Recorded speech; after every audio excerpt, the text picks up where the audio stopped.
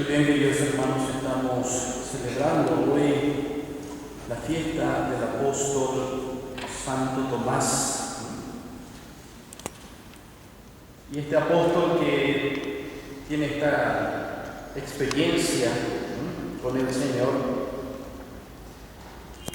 en cuanto a que él es cuestionado justamente por no creer directamente en el anuncio, sino que él dice: tengo que ver, tengo que tocarlo para poder creer. Para poder creer. La pregunta que nos podemos hacer también nosotros es justamente: ¿somos hombres de fe? ¿Creemos en el Señor? ¿O necesitamos verdaderamente tener también o decir también como Santo Tomás: tengo que tocar y tengo que ver para creer? Y es allí donde dice el Señor en el Evangelio que hemos escuchado hoy al terminar, este Evangelio donde le decía a Tomás: ya no seas incrédulo, sino hombre de fe. Y a esto nos llama el Señor, a ser hombres de fe. Todos tenemos una experiencia con Dios. Y Dios que se manifiesta en nosotros. Ahora, somos nosotros que con ese corazón duro, somos nosotros quienes muchas veces no podemos leer los signos de los tiempos. Somos nosotros quienes muchas veces no cerramos a la gracia de Dios. Somos nosotros quienes muchas veces no sabemos ver la acción de Dios en nuestra vida. Por ende, dejamos pasar esa experiencia de Dios. Y es allí donde podemos decir y podemos plantearnos, como dice mucha gente, que Dios no me escucha, dicen algunos, o Dios me castigó, o Dios está lejos, Dios no me tiene presente. Muchas conjeturas que podemos sacar. Sin embargo, Dios siempre ha estado y ha caminado con su pueblo, con sus hijos. Siempre Él estuvo presente en nuestra historia. Él nunca se ha desatendido de su pueblo. Por más que nosotros somos infieles, por más que nosotros muchas veces nos hemos apartado de Él, o hemos caído en pecado, por más que nosotros muchas veces no le tenemos presente a Él, como dice el mandamiento, por sobre todas las cosas, de igual manera el Señor siempre ha estado.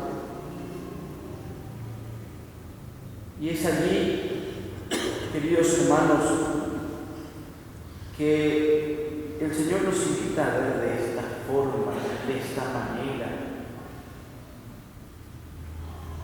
Vivir realmente esta gracia de su presencia en medio de nosotros. Ser hombres de fe.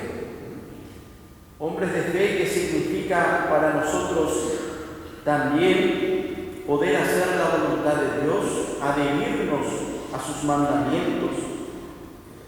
Ser hombres de fe que nos lleva a nosotros a profesar, reconociéndole a Él como Señor de nuestra vida.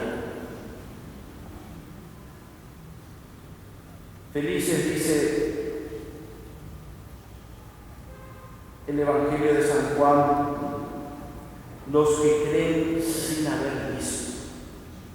Felices los que creen sin haber visto. Y uno abre la Biblia, uno abre las Escrituras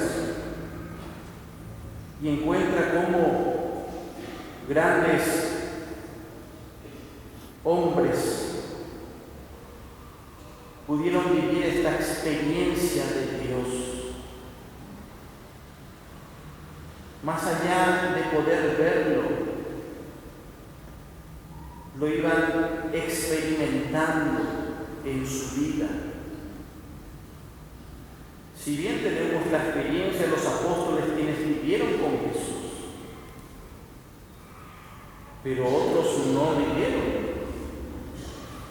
Si vemos comenzando desde Abraham y viniendo en cada profeta,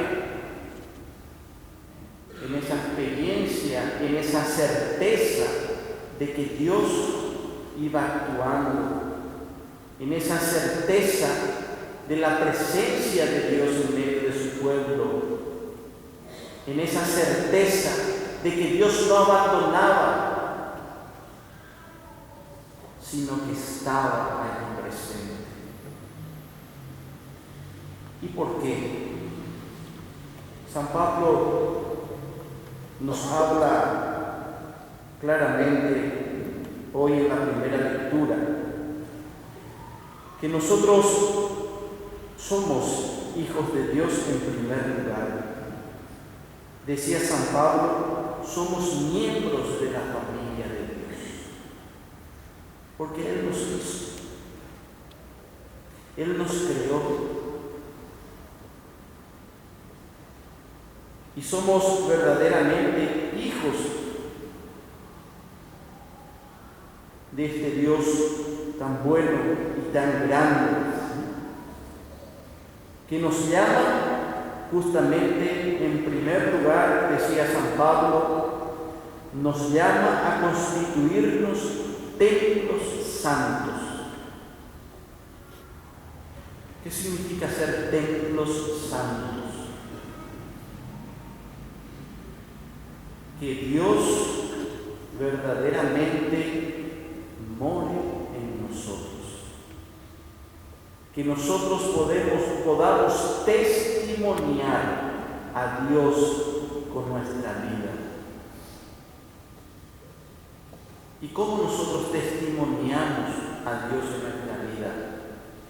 Haciendo su voluntad, cumpliendo sus mandamientos. De esta forma nosotros vamos glorificando a Dios, testimoniando a Dios.